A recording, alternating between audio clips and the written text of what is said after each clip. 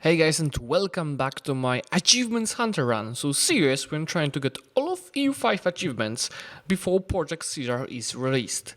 Today, after a very successful free Mandarins campaign, thank you so much for the support on this, I'll be doing Triple the Rome achievement, where, as Russia, so I have to form Russia at some point, you have to take both the H3 Emperorship and Emperor of China. I'll do an interesting approach towards this, probably known to a lot of you, but it's gonna be surely an interesting campaign because that's gonna be my first campaign on this channel where I'll start as Oirat to get this achievement. Also, as you see, there's no camera, at least for the intro, and that's because I am this week in Italy. I just visited Pisa today, and yeah, I just don't have my green screen and camera. So, okay guys, let's get straight to this. But look at the amount of the losses they're gonna have here. Okay, boys, look who we just got. Anyway, let me separate Peace Ming for full money, as well as for reparations. That should be really good enough funds for the majority of the next steps we'll be doing. Sponsor of this video and this channel in general is Eneba.com, which is a digital marketplace with lots of games and gift cards. So if you are planning to buy any game, please do check Eneba.com through the link in the description, because you can find some good offers there and get the games at a discounted price. Let me start with setting up rivals, which are gonna be Mughalistan and Uzbek.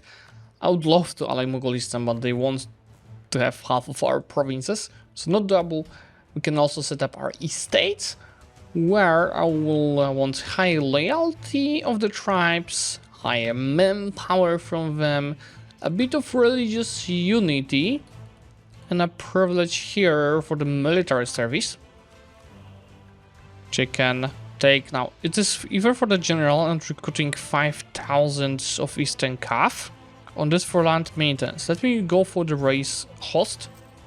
See, they're gonna be recruited a bit faster than by default. And we can also go ahead and seize land and sound the diet, which requires me to conquer a province from Uzbek. That's what I plan to do anyway. From the other bonuses, I don't need missionary strength, and I do want tolerance of heathens. Now I'll also go ahead and recruit a free company. And normally, without that decision, I would recruit 4,000 of CAF, but see, I'll get 5,000 of them in our capital in the next few months. I'll also need an advisor, military one, for the morale for sure. And for the others, not for now, I'll use horde raising to increase that. We also need to go ahead and start building spy network on Ming for the siege ability. Ming offers me a tributary state. So by the time I get this stack to the border of Ming, I'll be able to recruit most of the CAF in the capital. I'll be running around with 2 stacks, where one of them is gonna be a siege stack, and that's an army here of just purely infantry. Why the free company, accompanied by all of my CAF, is gonna be the fighting stack. Let's declare Ming for a tribal conquest, where tribal conquest or take mandate. Now we have a choice, right? Because take mandate would allow me to take more lands, which I don't necessarily need to take in that first war. While show superiority is definitely faster war score for winning battles, I would go for the take mandate of heaven. When you're fighting as Oirat versus Ming, it is very important to spot an army on their side that is ruled by their monarch. If you win a battle with the monarch on their side, you're gonna capture him, which is gonna give us bonuses. So that's what I'll be aiming for while trying to siege down Beijing. But you have to keep in mind, you cannot siege down Beijing before capturing their emperor, because that would break the events that we'll be getting. The emperor is just a matter called Xi Jinping, and that's not their stack. But it doesn't mean I cannot go ahead and wipe this army already. Let me show you, because they also are going in the Chengde. Current combat width is 20. So you should technically start reinforcing my second stack right away. But first of all, I don't think I need to. But second of all, let's not rush. Xi Jinping. Okay, I need to make sure to attack this 13k stack right away later. But look at the amount of the losses they're gonna have here. 15,000. No! Don't... I don't think I'll be able to catch this. And okay, he changed the ruler. I mean the leader on this stack. And that's the worst kind of scenario that we're facing here. The Emperor just hit and we just found him. But whenever I see him, he's running over to a province that is hard for me to catch. But let's see, maybe I will be able to catch him. Yeah, see, he's trying to Laoshu. So very likely out of my reach. Because he's gonna go to Xining then, which I can't reach. Okay, boys, look who we just caught. That's gonna be also a wipe. The capture of the Ming Emperor, that's what I was telling you. Morale of armies until the death of my ruler, so a lot of time, and siege ability. So now that siege of Beijing is gonna be severely sped up, and I can also go ahead and start ruining these guys. This gives me also plenty of perma claims and a choice if I want to get rid of morale and siege ability in exchange for getting province roll score cost and co-creation cost. So would lose the whole morale and lose 15%, and that will be replaced. So instead of gaining, I will be losing these modifiers. So no, it's not really worth it. Instead, I'm gonna go for stability and extremely points. Let me give you, oops, ooh, that's pretty good. Let me give you another wipe. Thank you. Let's go for another one. Should be really an easy one, right? Yep. Or not? Yep, another one. Now they have any armies left. They're down to 23,000, out of which 15 is already here. So if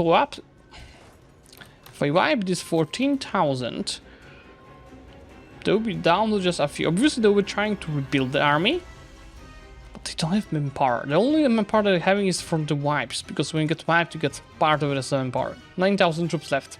Let's go and focus on sieging now. Now, this is important to catch the Emperor first, because if you do that, then you can get the capture of Beijing event, which upon sieging down Beijing gives you all of this occupied. So we're already at 49% of the war score. And I can piece out Oirat for whatever I want already, which is all of these provinces as well as full money. So now before piecing out Ming, let me go ahead and turn off the forts. I will not be taking the peace deal. Wait a month tick. Because of this guys, I'll have to wait another month tick, because they were misplaced. Now, do the loans ready. I can go ahead and peace them out, just double checking the forts are turned off. And send the peace deal. Maybe one less province, I guess. Or... yeah, this is just right. I don't like Borjagor though. Let's send them this peace deal. Then... just if I raise to development back home, can embrace the institution, I can go and start raising these provinces for a lot of extra mana. Yep. Obviously start coring this, repay the debt, so I have lots of money, take the advisors, and immediately declare war on Caradel. Yeah, before that I can just take that mission, which is nothing extra. But declare war on Caradel. The only goal of the war is to shorten truce with Ming. So you can go ahead and siege this down, siege this down, siege this and this down immediately, right? Because these forts are turned off, which means I'm gonna siege them just within one tick. Of course, the coring is stopped now that the war of Ming, but we want to finish that war ASAP. So with one fort down, second fort down, and third fort down, I already have 11 war score Ming, so I could very likely just white piece them, even take 1,000 ducats.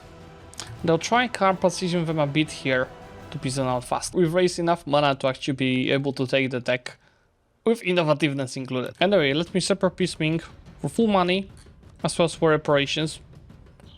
That should be really good enough funds for the majority of the next steps we'll be doing. Declaring war on Uzbek.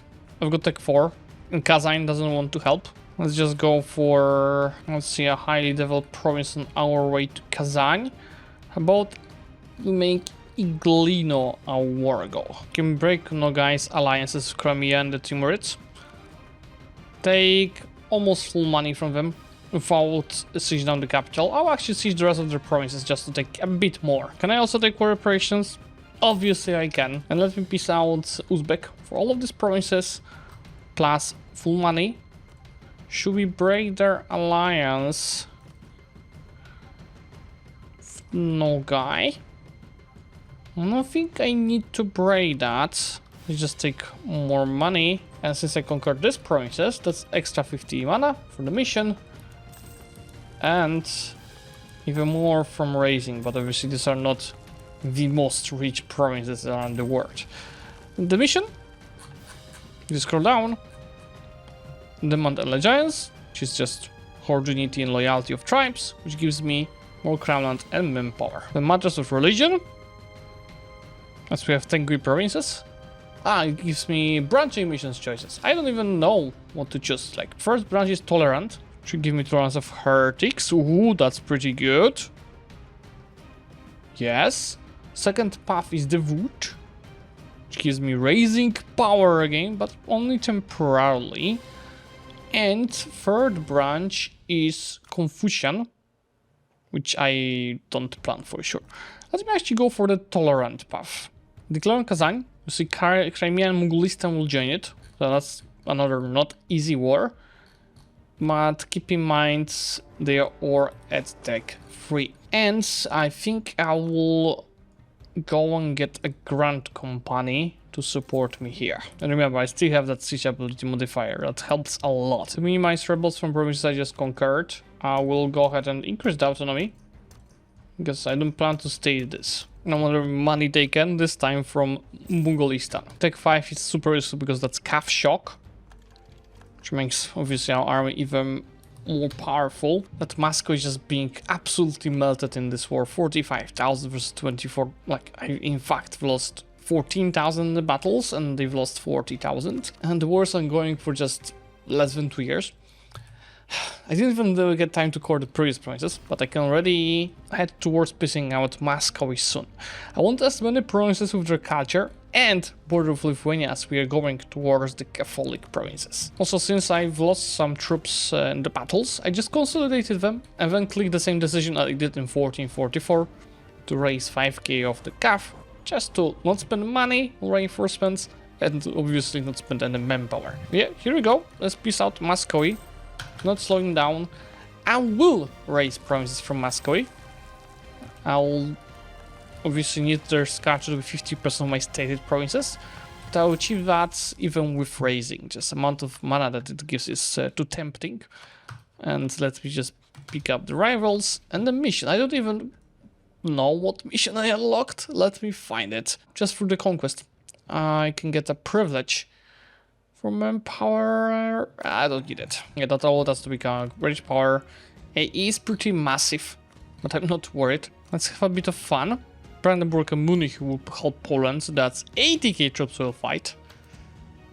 There's actually a massive amount of them. But that modifier will help me out. I don't need Goosepro's modifier, I don't get any money from production. Let me take this for morale and raising power again. Lithuania is definitely not well prepared for our siege ability, but also looks like the morale difference. Let's take a look. Military, army quality, war enemies. 5.13 morale on our side. Poland has 2.6, Lithuania 2.6. That might be a tiny bit of a problem for them. Let's see, first, possibly big battle with them. Even though they have so many armies around, I attack them on non-planes. They don't even dare to try reinforcing this. My truce with Ming is about to end, and they only have 22,000 troops.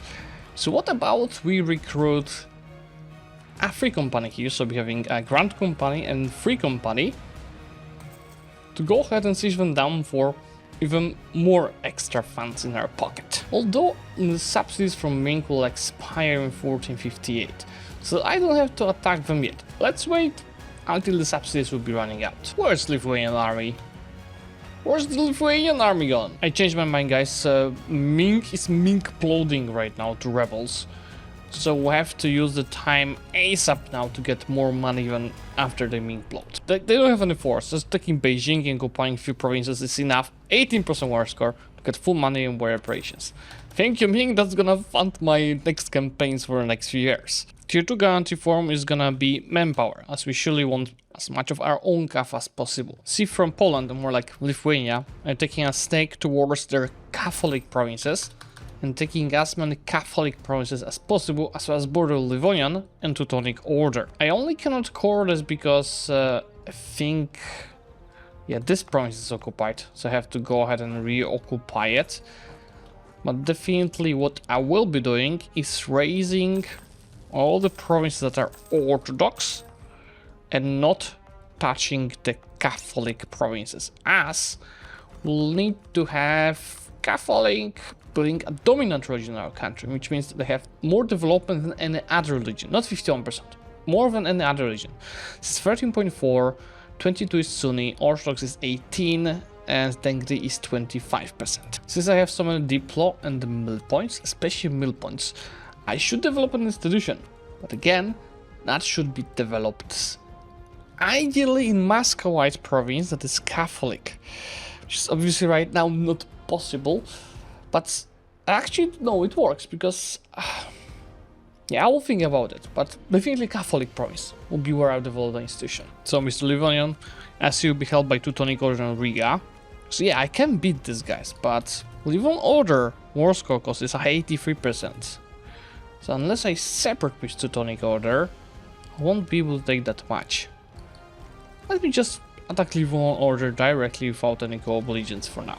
Livonian Order annexed.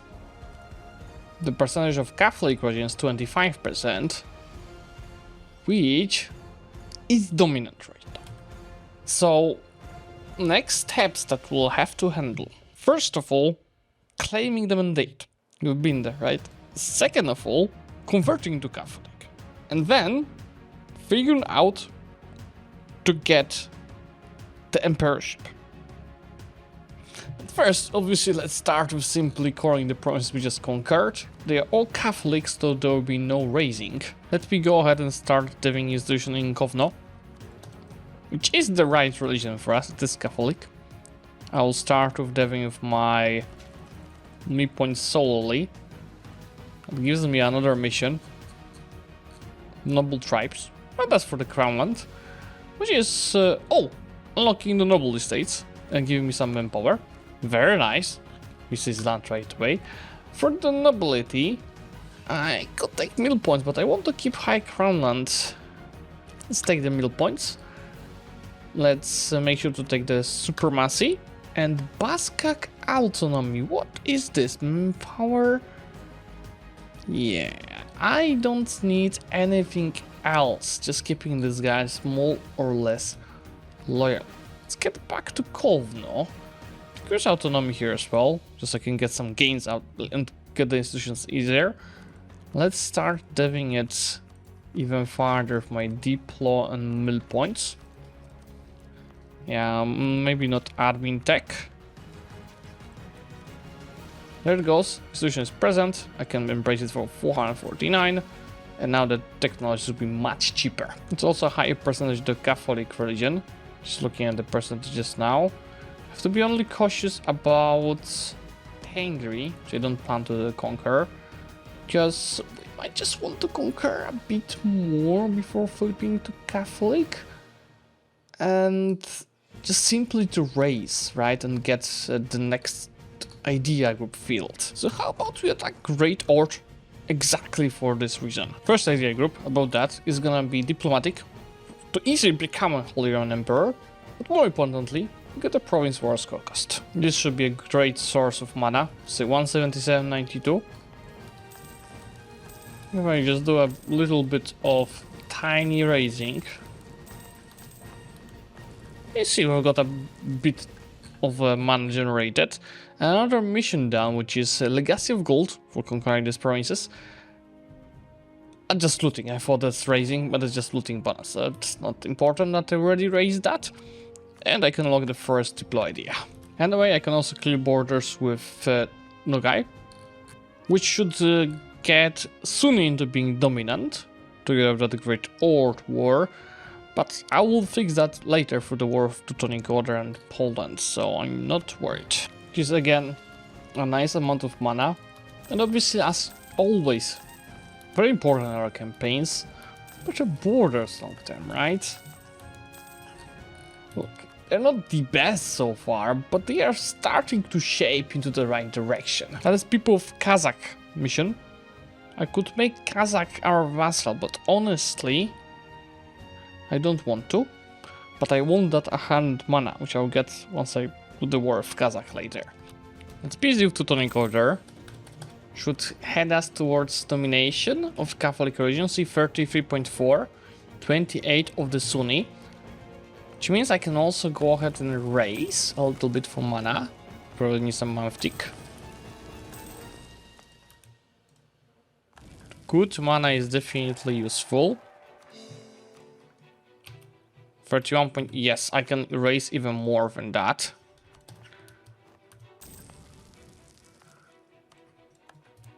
Yeah, all provinces raised, we've hit the mill points cap actually. We're using the mill points to join generals, just to have army professions for later, when I'll be using even more of troops that are manpower based. And I'm keeping the generals with the highest sieges. So now, next step is to declare war on Ming. Well, let me do that already, I have no army, and we'll be taking the Mandate of Heaven in that specific war. I'm also slowly developing our gold mine. We'll have to decrease the autonomy here after the war. You know, in ideal Oirat campaign, you use raising all the time. But in this specific campaign, we want to take Mandate of Heaven before we switch to Catholic, so I can take both emperorships. So this is far from my ideal Oirat campaign. I mean, we can do a world conquest by now if you really micromanage it well, but I think this is gonna be still very strong and interesting campaign. So from Ming, once again, full money, a bit less than before because they're smaller. Mandate of Heaven, and border with the Chinese, with Yi, with Changsheng, with Yue and Min, so I can easier expand to these terrains very soon. And send peace deal. Very beautiful, obviously I cannot raise anymore because our government changed. We are Empire of China now, and we'll be not increasing our mandate because it starts dropping fast for not owning any of the imperial cities. We know that from our UQ campaign. I also not spend anything on meritocracy, I mean no decrease. Actually I'm gonna use the cooperation one. We can just start increasing that. This will also unlock us, yes, new, or to restart, new estate. So let me go ahead and take the Diplo points, and let me go ahead and take Advimana for better generation now that I don't have raising in our hands, and some other standard privileges like prestige for sure. I don't need 1% loans, tolerance of heathens and heretics surely, but also tax and cost of reducing the inflation. From these boys, that manpower is very little, not gonna take it. Actually, I don't need anything more. From shamans, we'll take high loyalty, but also diplomatic reputation. But from eunuchs, we just want their loyalty to be higher. So this way, tolerance of heathens is much better, which should also help us increasing the religious unity a little bit. Yeah, to 56%. And as I told you, this will be dropping. The overextension is just causing that. Once we core the provinces we conquered, it's gonna be fixed. And now we are waiting for unrest here to be able to spawn the Catholic zealots. We should also go ahead and accept 2 Chinese cultures, which I can already do with Shibei. And once I core some provinces here, also I'll accept the second culture. Remember that disaster from our UK campaign, it hurts a lot. But all of that I will do in part 2 of this campaign, in which we'll switch to Catholic, and we will change our culture to Muscovy, and we will form Russia while holding 2 of the empires.